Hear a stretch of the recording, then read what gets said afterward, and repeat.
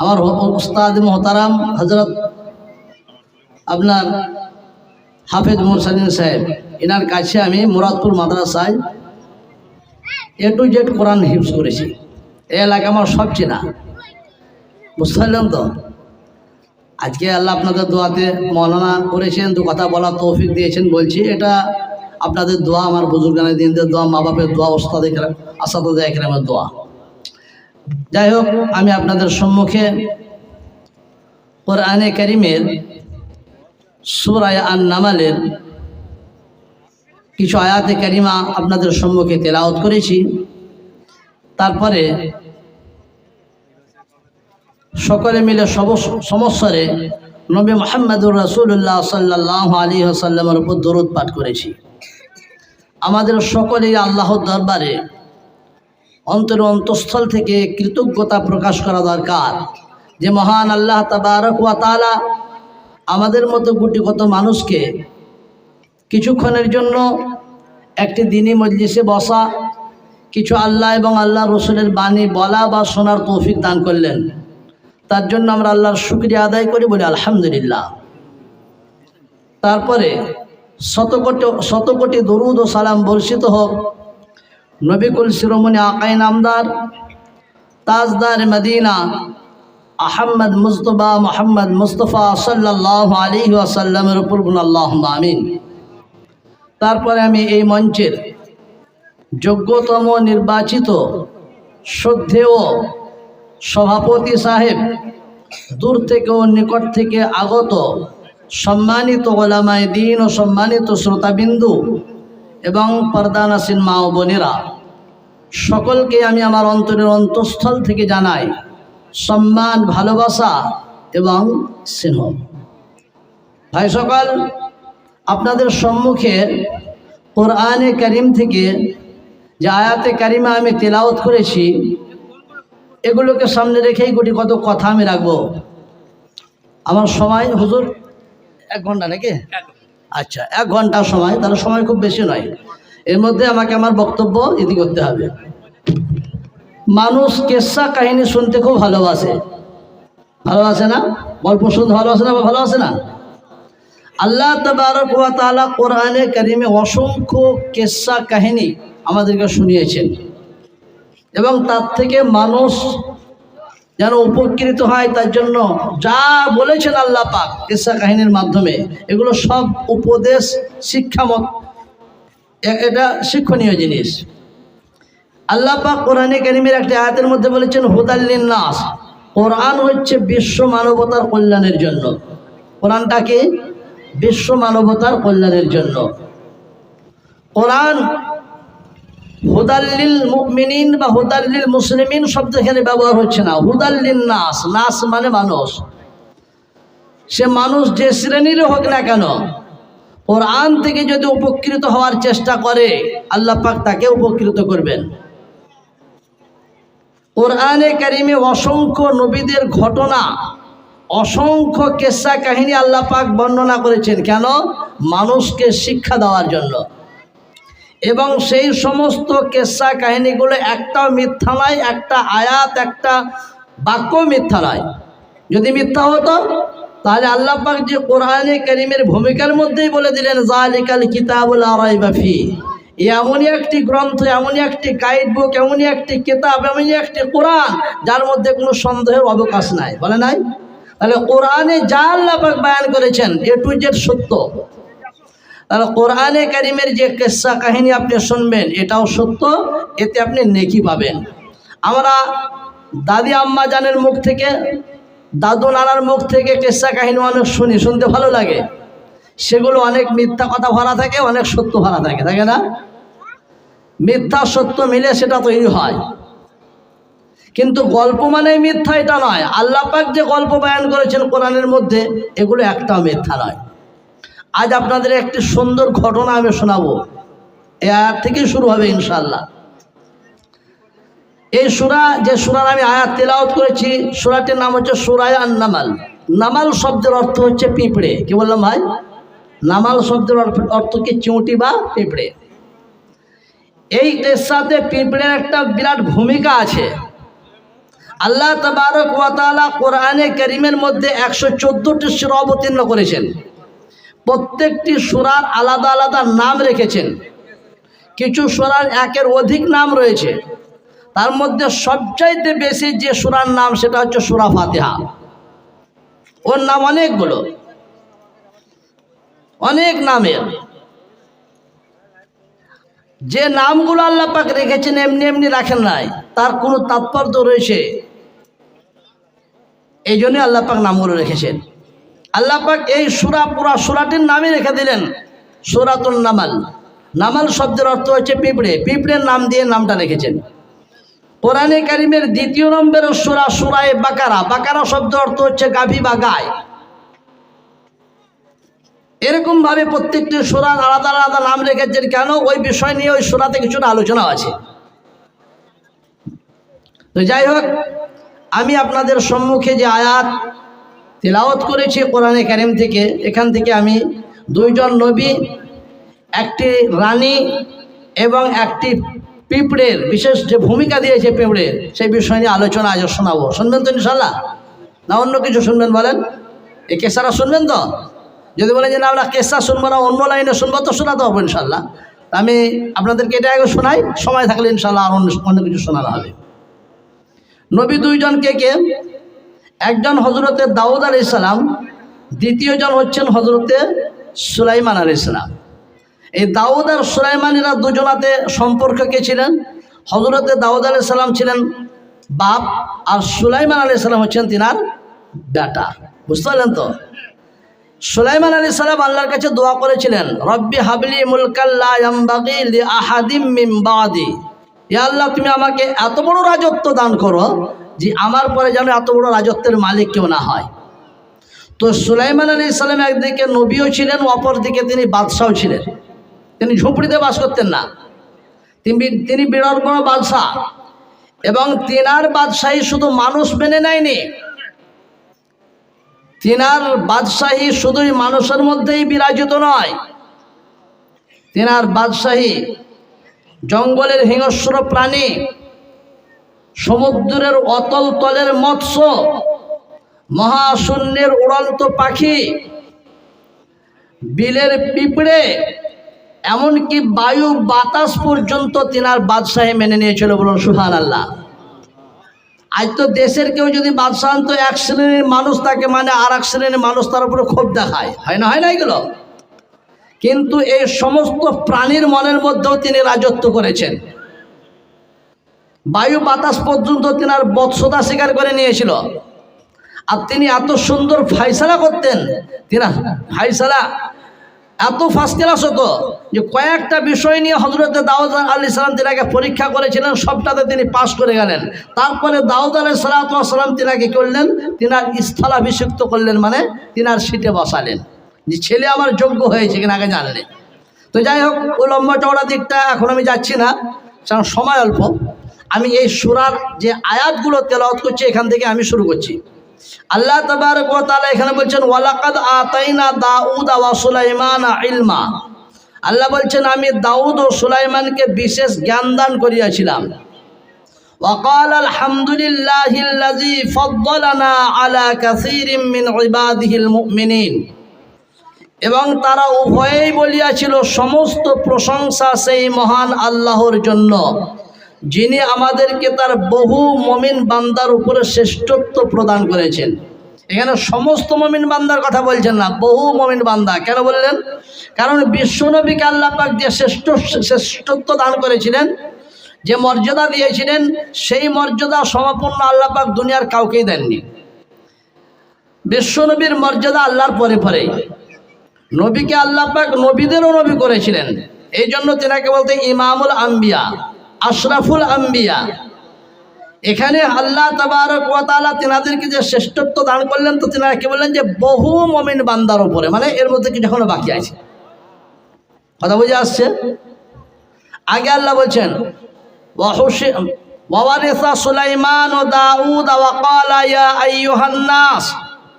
আর সুলাইমান আলাইহিস সালাতু ওয়াস সালাম যখন দাউদ আলাইহিস সালাতু ওয়াস সালামের স্থলাভিষিক্ত হইলেন, তখন তিনি বলিলেন, হে লোক সকল, উল্লিমনা মানতিকাত তায়র, আল্লাহ পাক আমাকে পাখির বলি বুঝিবার জ্ঞান দান করেছেন। ওয়া উতিনা মিন কুল্লি শাই, এবং সর্বপ্রকার বস্তু প্রদান করেছেন। ইন্না হাযা লাহুয়াল ফাদলুল মুবিন, এটা আমার উপরে আমার রবের একটি স্পষ্ট অনুগ্রহ। কে বলছেন? হযরতে সুলাইমান আলাইহিস সালাম।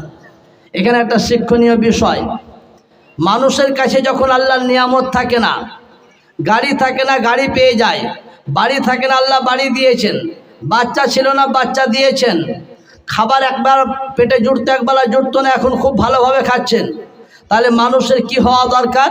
যে আল্লাহ পাকের নিয়ামত পেয়ে আল্লাহর শুকরিয়া আদায় করা দরকার, তাই তো? কিন্তু আমরা এমন না শুকুর যে আল্লাহর কাছ থেকে যখন পেয়ে যায় তখন আল্লাহকে ভুলে যায়। কুঁড়ো ঘরে বাস করে তখন মসজিদ যায়, যখন কোনো নেতা পদ পেয়ে যায় তখন সে মসজিদ ভুলে যায়। মাস্টারি পায়নি, পড়াশোনা করেছে, বেকার আছে, মৌলানা সাহেব দোয়া করবেন, যখন চাকরি পেয়ে গেল তখন বলছে এরা সব হ্যান্ডিক্যাপ। কথা বললাম না? ঠিক হয় না? হয় না? আল্লাহর নিয়ামত পেয়ে আল্লাহর শুকরিয়া আদায় করা দরকার ছিল, কিন্তু শুকরিয়া আদায় না করে কি করে? না শুকরি করে। আর আল্লাহ বলছেন আমি দিতেও পারি নিতেও পারি। अल्लाह ताला जिसको चाहते हैं छप्पड़ फाड़ के देते हैं और जिससे लेते हैं थप्पड़ मार के लेते हैं। কি বলেন? আল্লাহ পাক যাকে দান তাকে ছাদ ফেড়ে দেন, কোথা থেকে দেন তার কোনো গুমান থাকে না। আর আল্লাহ যখন টানতে শুরু করেন তো কোন দিক থেকে যায় সব পালিয়ে যায়, কিছুই থাকে না, পথের ভিখারি বলে দেন। আল্লাহ পারেন না? তুইজ্জু মান তাশা ওয়া তুযিল্লু মান তাশা বিয়াদিকাল খায়র, ইজ্জতের মালিক আল্লাহ, তুমি যাকে চাও তাকে ইজ্জত দান করো, যাকে চাও তাকে বেইজ্জত করো, পারে না? আল্লাহ বলছেন আমি যাকে ভালোবাসি তাকে রাস্তার ফকির থেকে তুলে এনে ফুলের মালায় বুসবতে বলে রাজার সিংহাসনে সমাসীন করি। আর আমি যখন নারাজ হয়ে যাই তখন ফুলের মালার পরিবর্তে জুতোর মালা পরিয়ে হাফ প্যান্ট পরিয়ে জেলখানায় ভরে দিই বা ফাঁসির মঞ্চে চড়িয়ে দিই। আল্লাহ পারেন না? আমরা আমাদের জিন্দগিতেই কত দেখছি, এর আগে তো কত ঘটেছে আল্লাহ তো ভালো জানেন। সাদ্দাদ, নমরুদ, ফিরাউন, কারুন, তাদেরকে আল্লাহ অনেক সময় দিয়েছিলেন, অনেক কিছু দিয়েছিলেন। ওরা যখন বলল দেয়ারস নো গড, না কি বলেন আর ইংরেজিতে, যে আল্লাহ বলতে কেউ নাই, আল্লাহ খুব সময় দিলেন। এমন কোন নমরুদ কি বললো যে দুই খোদা একসঙ্গে বাস করা যায় না? কাকে বললো? ইব্রাহিম আলাইহিস সালামকে। এক খোদার কাম সারা হোক। নমরুদ করলো কি, যখন এ কথা বললো তখন ইব্রাহিম আলাইহিস সালাম বলছেন বেটার মাথা খারাপ, ওরা আল্লাহকে কেউ মারতে পারে? তবে যা তোমার আল্লাহ বেঁচে রয়েছে? বলে হ্যাঁ অবশ্যই। বললে শোনো লড়াই হবে, তো কে? ফেজাই লড়াই। নমরুদ করলো কি, তক্তায় কিছু পাখি মাখি বেঁধে নিয়ে আসমানের দিকে উঠতে শুরু করলো। মহাশূন্যে যখন পৌঁছে গেল সেখান থেকে এসে তীর ছুড়ল। আল্লাহর ফেরেশতারা বলল আল্লাহ এই বেঈমানটার সাহসটা তো কম দেখছি না, আপনি একবার অর্ডার করুন, একে এক্ষুনি নিমিষের মধ্যে দুনিয়া থেকে শেষ করে দিই।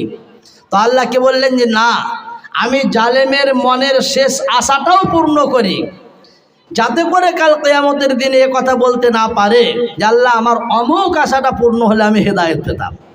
কথা বুঝে আসছে? আল্লাহ তো এরকম দয়ালু, আল্লাহ অনেক ছাড় দেয় মানুষকে মরার আগে পর্যন্ত, মরার আগে পর্যন্ত তাকে ছাড় দেয়। মানল না, জুতো খেতে খেতে দুনিয়া থেকে বিদায় নিল। এই ঘটনা খুব প্রসিদ্ধ, আপনারা অনেক আলেমদের মুখ থেকে শুনেছেন, শোনেন নাই? জুতো খেতে খেতে দুনিয়া থেকে বিদায় নিয়েছিল, নাইনি? তো বলা বাহুল্য এটাই ছিল না কিছু পেয়েছি, শুকরিয়া আদায় করতে হবে কার? আল্লাহ। আল্লাহ বলছেন লাইন শাকারতুম লাযিদান্নাকুম ওয়া লাইন কাফারতুম ইন্না আযাবি লাশাদীদ। বান্দা যদি তোমরা আমার নিয়ামতের শুকরিয়া আদায় করো, কৃতজ্ঞতা প্রকাশ করো, আমি তোমাদের জন্য আমার নিয়ামতকে বাড়িয়ে দেব। আর যদি নাশুকরি করো, অকৃতজ্ঞ হও, জেনে রাখো আমার আযাব অত্যন্ত ভয়াবহ। আল্লাহর আযাব অত্যন্ত ভয়াবহ। আল্লাহ যখন ধরে তখন কাউকে ছাড়ে না, ছাড়ে? আচ্ছা একটা মিশাল দিলে বুঝতে পারবেন, ভালো না? আল্লাহ যাকে মায়ের পেটে কুজো করেছে দুনিয়ার কোনো ডাক্তার তাকে সোজা করতে পারবে না। পারবে? আমাদের হযরত বসে আছেন হেডমাস্টার সাহেব, ছেলেরা যদি পড়াশোনা না করে বলে এই মুরগা হা, কুজো করে দেয় না? মাস্টার সাহেবরা বলেন মৌলভী সাহেব বলে, এই মুরগা কিছুক্ষণ ডাকবে, ফুসফুস করে কাঁদবে, ছেড়ে দেবে। ছাড়বে কি ছাড়বে না? কিন্তু আল্লাহ যাকে কুজো করবে, যাকে একবার মুরগা করে দেবে, ও সোজা হতে পারবে? কি বলেন? আল্লাহ ধরা এরকমই। ইন্না বাতশা রাব্বিকা লাশাদীদ, তেরি রব কি পাকড় বহুত মজবুত হয়। আল্লাহ যখন কাউকে ধরে কাউকে ছাড়ে না, বুঝতে পারলেন তো? আল্লাহ ঢিল যেমন দিয়ে দেয়, ধরা যখন পড়ে যায় তার কাছ থেকে ছাড়া কেউ পায় না, অনেক সময় দেয় আল্লাহ। তো আল্লাহ বলছেন যে যাকে আমি মাদার জাত অন্ধ করবো, দুনিয়ার কোনো ডাক্তার তাকে চক্ষুষ্মান বানাতে পারবে না। পারবে? যাকে পুজো করব দুনিয়া কেউ সোজা করতে পারবে না। পারবে কেউ? পারবে না। তাহলে আল্লাহ সদা সর্বদা শুকরিয়া আদায় করা, এটা হবে মুমিনের শান। মুমিনের শান কি হবে? এটা শান হবে। তো হযরত সুলাইমান আলাইহিস সালামকে আল্লাহ পাক যখন কি করলেন,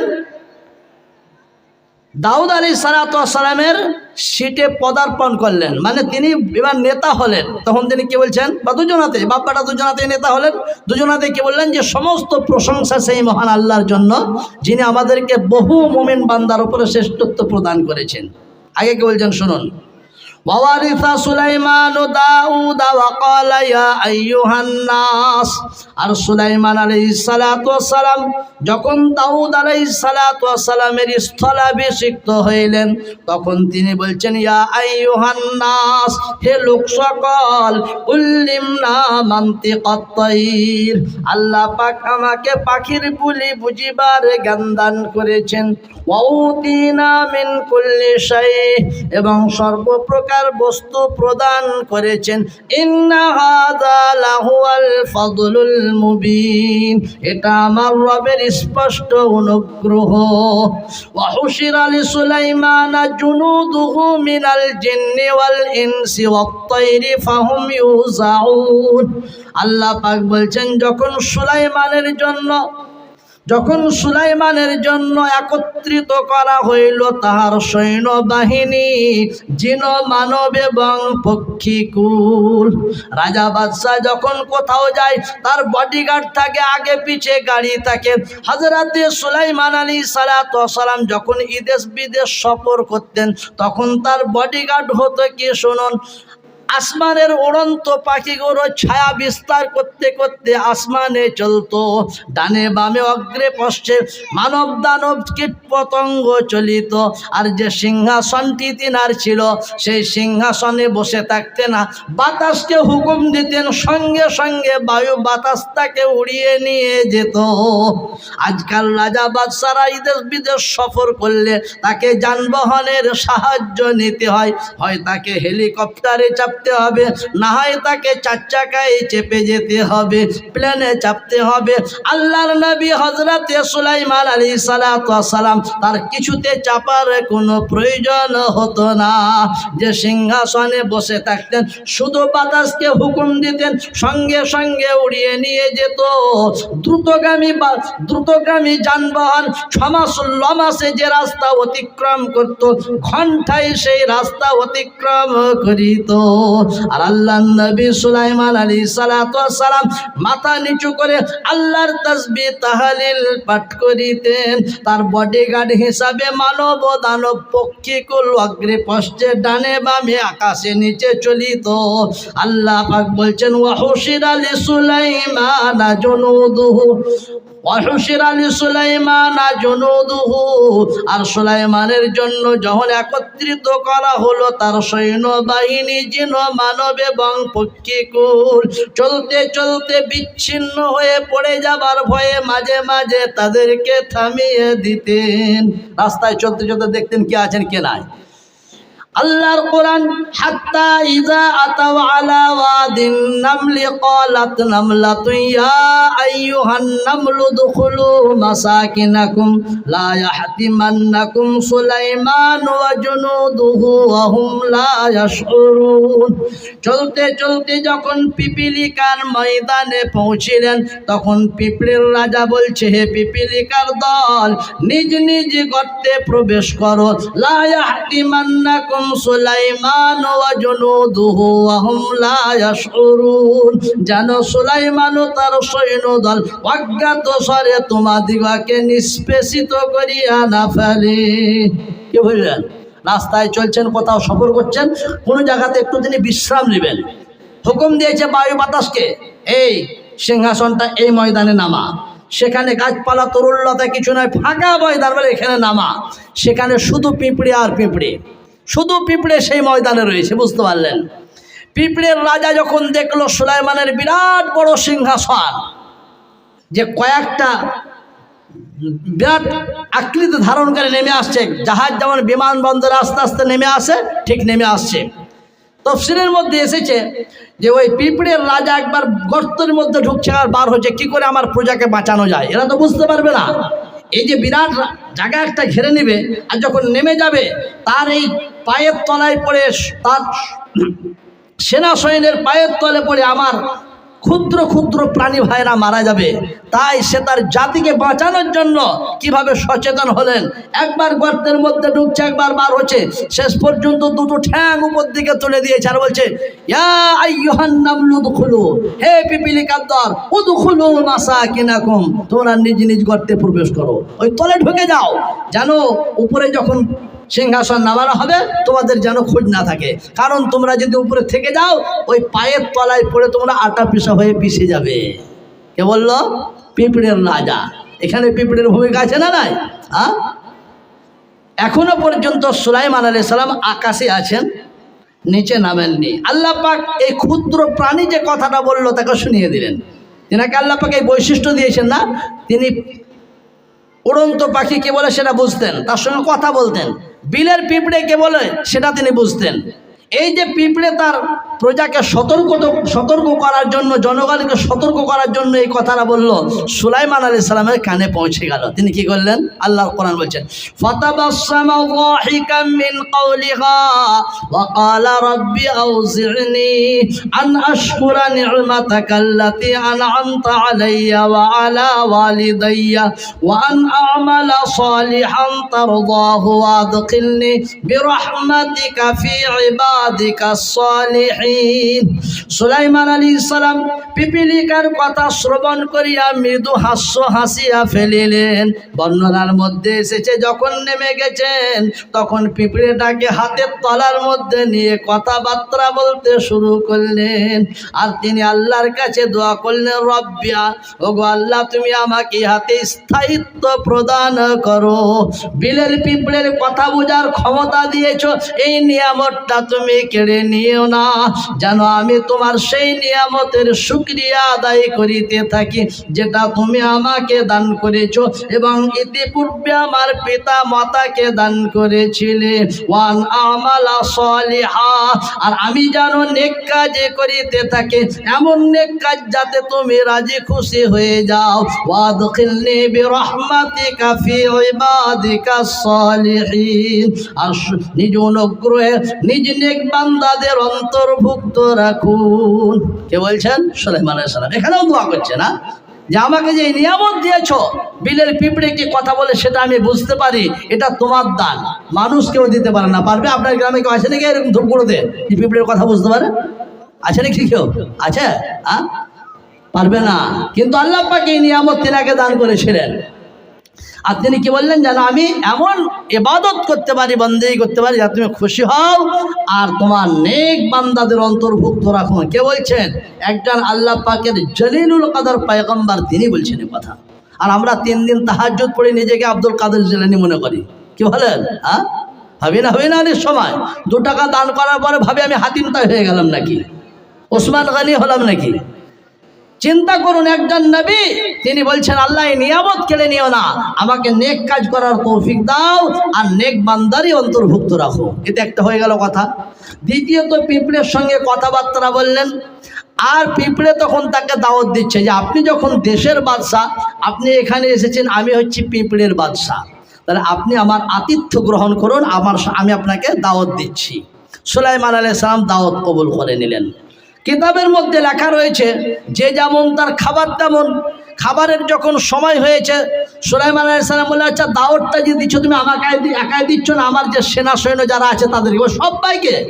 আমি তো বাদশাহ, আমার কি দিলটা এত ছোট নাকি? সবাইকে দাওয়াত দিয়ে দিলাম। সবাইকে দাওয়াত দিয়ে দিয়েছেন কে? পিঁপড়ে। বুঝতে পারছেন তো? আল্লাহ নবীকে দাওয়াত দিয়েছে। খাবারের যখন সময় হয়েছে, দস্তরখান বিছানো, খাওয়াবে কি? পিঁপড়ে আর খায় কি?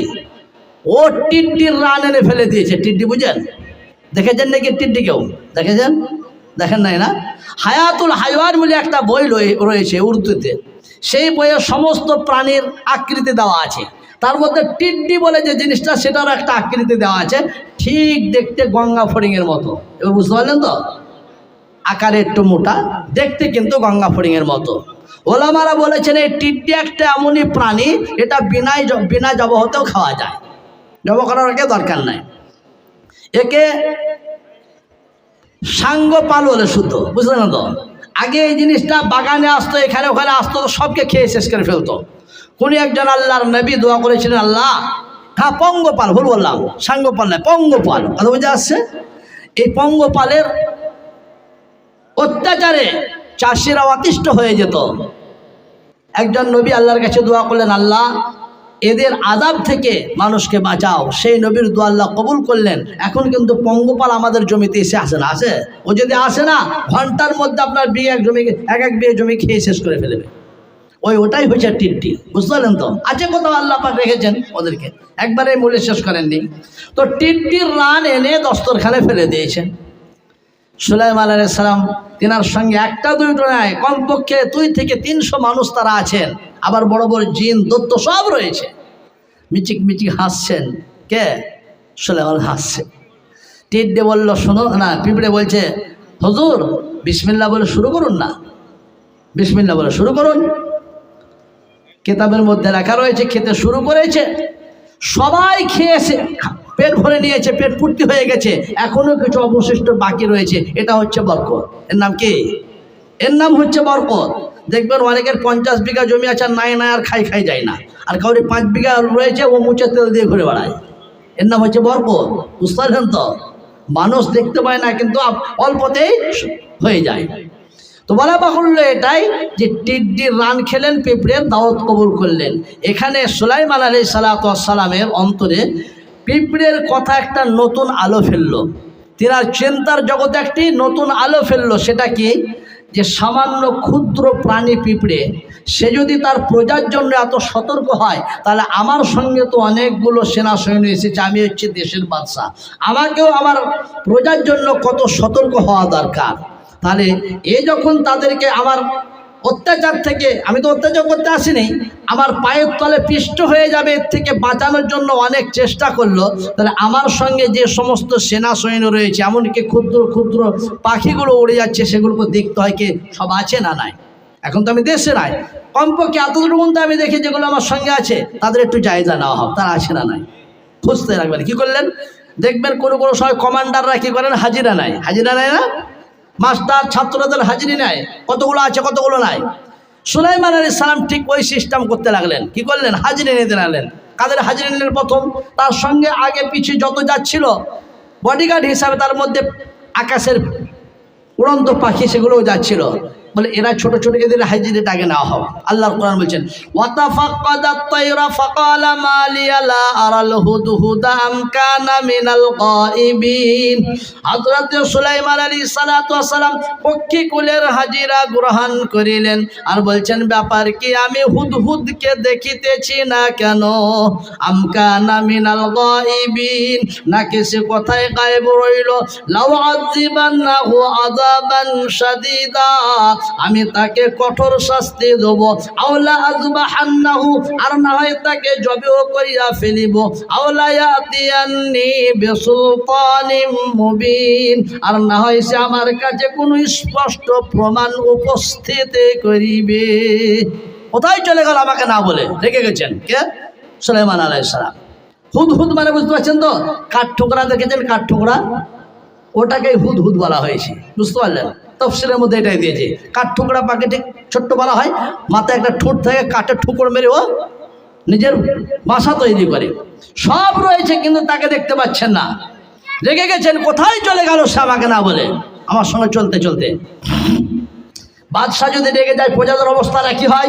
সবাই ভয়ে থরথর থরথর করে কাঁপছে। এখনো তার রাগ শেষ হয়নি। রেগেই আছেন, হুঙ্কার ছাড়ছেন। আল্লাহর কোরআন বলছেন ফামাকাসা গায়রা বাঈদিন ফাকালা হাত্তু বিমা লাম তুহিত বিহি ওয়াজিতুকা মিন সাবাইন বিনাবাইন ইয়াকিন। একটু পরেই হুদহুদ ফিরে এলো, দেরি করে নাই খুব, একটু পরেই হুদহুদ ফিরে এলো আর এসে বলছেন বাদশা সালামত, আমি যে ব্যাপারে অবগত হইয়া আসিয়াছি আপনি কিন্তু সে ব্যাপারে অবগত হন নাই। ওয়াজিতুকা মিন সাবাইন বিনাবাইন ইয়াকিন, আমি আপনার নিকটে সাবা সম্প্রদায়ের একটি সুনিশ্চিত সংবাদ আনায়ন করিয়াছি। দক্ষিণ আরবেতে ইয়ামান দেশেতে সাবা রাজ্যেতে আমি গেছিলাম, সেখানে গিয়ে দেখলাম ইন্নী ওয়াজাদতু ইমরাতান তামলিকুহুম ওয়া উতিয়াত মিন কুল্লি শাইইন ওয়া লাহা আরশুন আযীম। সেখানে গিয়ে দেখলাম একটি মেয়ে লোক তাদের উপরে রাজত্ব করিতেছে আর সমস্ত রকমের সরঞ্জাম তার আয়ত্তাধীনে রহিয়াছে। ওয়া লাহা আরশুন আযীম, তাহার নিকটে একটি বিরাট আকারের সিংহাসন আছে। কিন্তু বড় দুঃখ, এত নিয়ামত পেয়েছে আল্লাহকে ভুলে গেছে।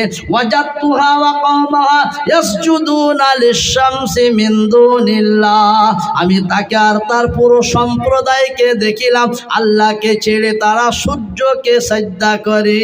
ওয়াযায়্যানা লাহুমুশ শাইতানু আমালাহুম, শয়তান তাদের কার্যগুলোকে তাদের দৃষ্টিতে লোভনীয় করিয়া দেখাইতেছে। ওয়াসাদ্দাহা আন সাবিলিল্লাহ, আল্লাহর রাস্তা থেকে বাধা দিয়েছে। ফাহুম লা ইয়াহতাদুন, অতএব তারা কিছুতেই সৎ পথে চলে না।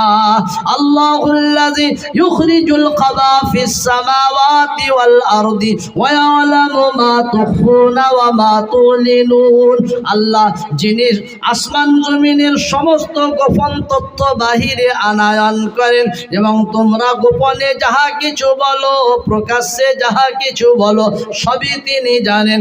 আল্লাহু লা ইলাহা ইল্লা হুয়া রাব্বুল আরশিল আযীম, আল্লাহ যিনি ছাড়া ইলাহ নাই, মাবুদ নাই, আইনদাতা নাই, বিধানদাতা নাই, যিনি ছাড়া উপাস্য নাই, সেই আল্লাহর তারা উপাসনা আরাধনা অর্চনা করে না, যিনি মহা আরশের মালিক। এতখানি বক্তব্য কে রাখলো? কে রাখলো? কি শুনছেন আপনারা? বলে कैसा बोला, बहुत बोला, क्या बोला कुछ भी याद नहीं, নাকি? হ্যাঁ, এতখানি বক্তব্য রাখলো কে? হুদহুদ। তার অনুপস্থিতির কারণটা সে জানালো। কথা বুঝে আসছে? যে আমি কোথায় গেছিলাম শুনুন, সেখানে গিয়ে দেখলাম মেয়ে লোক রাজত্ব করছে আর সেখানে বিভিন্ন রকমের সব কিছু রয়েছে, কিন্তু বড় দুঃখ লাগলো আল্লাহকে ছেড়ে দিয়ে সূর্যকে পুজো করছে। সুলাইমান আলাইহিস সালাতু ওয়াস সালাম তিনি চিন্তা করলেন এটা সে প্রাণের ভয়ে বলছে না তো। দেখবেন অনেক ছেলে যখন স্কুলে কয়েকদিন যায় না, কামাই করে ফেলে, হেডমাস্টার জিজ্ঞেস করে এই বেটা কোথায় ছিলিস তো, তখন সে বলে আমার নানি মারা গেছিল। ভয়ে বলে না হ্যাঁ, কিন্তু দেখা গেছে হিসাব নিয়ে তো তার নানি 1 বছর আগেই মারা গেছে, কিন্তু ভয়ে বলে এই কথাগুলো অনেক সময়। ঠিক এরকমভাবে হুদহুদ যে কথাগুলো বলতে লাগলো, এই কথাগুলো সত্য না মিথ্যা তা যাচাই করতে তো হয়। তাই সুলাইমান আলাইহিস সালাম কি বলছেন? আলা সানানজুরা সাদাকতাম কুনতা মিনাল কাযিবিন, আমি এখনই তোমাকে দেখিতেছি যে তুমি সত্য কথা বলিতেছ নাকি মিথ্যাবাদীদের অন্তর্ভুক্ত।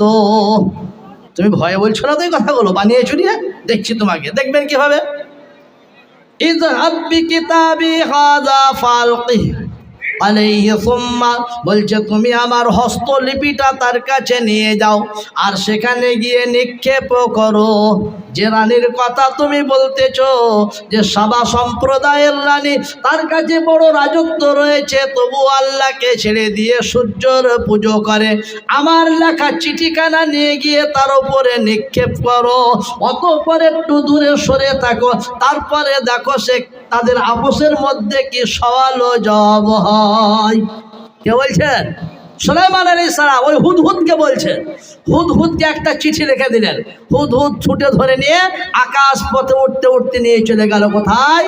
সেই ইয়ামান দেশে সাবা রাজ্যে সেই বিলকিস রানীর কাছে। বিলকিস রানী, দুটো বর্ণনা এসেছে এখানে, যে তিনি শুয়েছিলেন তার বুকের ওপরে চিঠিটা ফেলে দিয়েছেন। দ্বিতীয় বর্ণনা হচ্ছে তিনি সভাসদ, তার যে সমস্ত অধীনস্থরা ছিল তাদেরকে নিয়ে তিনি কথাবার্তা বলতেছিলেন, এমত অবস্থায় উপর থেকে চিঠিটা টপ করে তার কাছে এসে পড়ে গেল। ইন্নি উলকিয়া, বুঝতে পড়ে গেল। চিঠিটা পেয়েছেন। চিঠিটা পাওয়ার পরে কি বললেন? ইয়া আইয়ুহাল মালাউ ইন্নি উলকিয়া ইলাইয়া কিতাবুন কারীম ইন্নাহু মিন সুলাইমান ওয়া ইন্নাহু বিসমিল্লাহির রহমানির রহিম। হে সভাসদবৃন্দ, আমার কাছে একটি সম্মানিত পত্র নিক্ষিপ্ত হয়েছে, তাহা সুলাইমানের তরফ হইতে এসেছে, যাহাতে লিখিত রয়েছে বিসমিল্লাহির রহমানির রহিম, আল্লাহ তাআলু আলাইয়া ওয়াতুনি মুসলিমিন। এই দুটো বাক্য লেখা ছিল। কি কি বললাম ভাই? প্রথম বাক্য ছিল বিসমিল্লাহির রহমানির রহিম, আর দ্বিতীয় বাক্য ছিল কি? আল্লাহ তাআলু আলাইয়া ওয়াতুনি মুসলিমিন। পত্রটা পেয়ে কিন্তু পত্রর তিনি অসম্মান করছেন না, তিনি তার সভার লোকদেরকে, অধীনস্থদেরকে বলছে, আমার কাছে একটি সম্মানিত পত্র নিক্ষিপ্ত হয়েছে, এসেছে সুলাইমানের পক্ষ থেকে। এই সূরাতে কিন্তু দুটো বিসমিল্লাহ আছে, আছে না নাই? আর কোন সূরায় বিসমিল্লাহ নাই? আলহামদুলিল্লাহ, সূরা তওবাতে, সূরা তওবাতে বিসমিল্লাহ নাই। আল্লাহ পাক 114টা সূরার মধ্যে 114টাই বিসমিল্লাহ দিয়েছেন, কিন্তু একটাতে দুটো, একটাতে নাই। এখানে দুটো বিসমিল্লাহ। কে বলছেন দুটো বাক্যের মধ্যে? এর মানে কি? শুরু করিতেছি আল্লাহর নামে, যিনি পরম করুণাময়, অতিশয় দয়ালু। দ্বিতীয় বাক্য কি? আল্লাহ তাআলু আলাইয়া ওয়াতুনি মুসলিমিন। হে সভা সম্প্রদায়ের রানী বিলকিস, তুমি এবং তোমার অধীনস্থরা শুনে রাখো, আমার মোকাবেলায় তোমরা অহংকার করো না, আমার কাছে নত হয়ে চলে আসো।